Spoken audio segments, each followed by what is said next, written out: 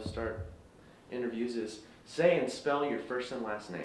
My name is Samuel Fritz, Samuel Fritz, but Sam is fine. And what is your title? General manager of WSYC, the radio station here on campus. Okay. So tell us a little bit about what makes music important in your life. It was the way I was raised, basically. My parents always had music playing for me. So, good example. The Eagles would be a good example. It's always been my connection to family. My dad would throw on the Eagles, and we'd both be able to sing. He's not really much of a Hotel California fan, but Life in the Fast Lane, we would sing along to that all the time. And so it started out as a family connection, and then as I learned how to play music, it's my hobby now. It's almost a lifestyle at this point. So there's a recent release of one of your favorite bands. Tell us about that. The Foo Fighters recently released Concrete and Gold, which is their 8th studio album. I might be wrong on that, but I believe it is their 8th studio album, and it's a contender for Album of the Year. They've been ripped off once, but I really think they can come back and get it this time. They managed to get Justin Timberlake to sing on the album. He sings backup on track number 3. Paul McCartney plays drums on the album, so it's star-studded. The guys have a chance. Wow. Tell us about one of your favorite selections on the album thus far. I would have to say, geez, that's the question. That's the question of the century. They have a song called "The Sky Is a Neighborhood." It's very dark and mysterious, but it's also very,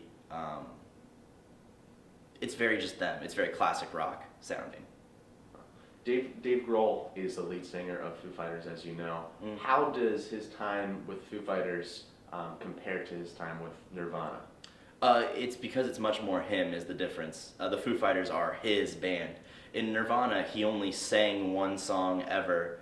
I can't even remember the name of it right now, but he only sang one song with Nirvana, and he was stuck behind the drum kit. The Nirvana was a band he was in, but it wasn't his band. He was like the 6th drummer for them, whereas the Foo Fighters are his creation, his control, and I think comparatively, it's a really weird question, because if the tragedy that happened with Kurt Cobain had never happened, we may have never had Dave Grohl, or we may have never had the Foo Fighters, but I think at some point, some way, somehow, these songs definitely would have gotten out, and the Foo Fighters are certainly going to be his legacy. People will remember that he was in Nirvana, but they will remember Dave Grohl from the Foo Fighters. And are there any other releases that you're looking forward to coming up later this year? 2017 has been a spoiling year for music. We've gotten so much good. Queens of the Stone Age came out with a new album. Trying to think. Portugal the Man with a new album at their first #1. Arcade Fire with a new album. But the one that I'm looking forward to, and I think is also a contender for Album of the Year, is Beck. Beck has released 3 singles. Wow, Up All Night, and Dear Life. Along with Dreams. Yeah, I guess Dreams might be. Dreams was so long ago that I don't know if it's even going to be on this album. But if it is, there's Dreams. Yeah. But Beck, I think, could repeat. Honestly, this album, it's very pop-friendly, but it's also very him. And that spells Grammys, for him at least. So Beck's new album is what I'm most looking forward to. What do you, as a general manager of WSYC, what do you look for when you're deciding which song you should put on radio? So the key thing when going through music is at least when the music is sent to us, we're given recommended tracks, and you're kind of doing yourself and the artist a favor by giving those ones a listen first, because those are the tracks clearly that I think are the most powerful on the album, and they're the ones that they want to have the most airplay.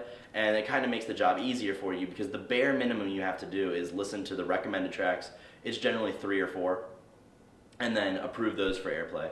So as long as you listen to those and they're good, put them on air. But if those stink, it happens occasionally. The recommended tracks aren't always my favorite. If those stink, I think I listen for what is the easiest on the ears. What could I listen to and go, I wouldn't mind if I heard that again tomorrow.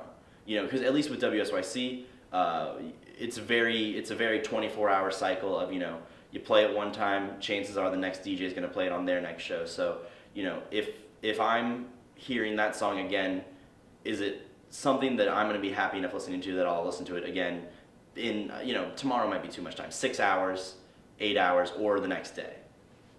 So, short answer, repeat listenability. Trademark Sam Fritz Limited Liability Corporation. Thank you so much, Sam. Thank you for having me. Don't know why.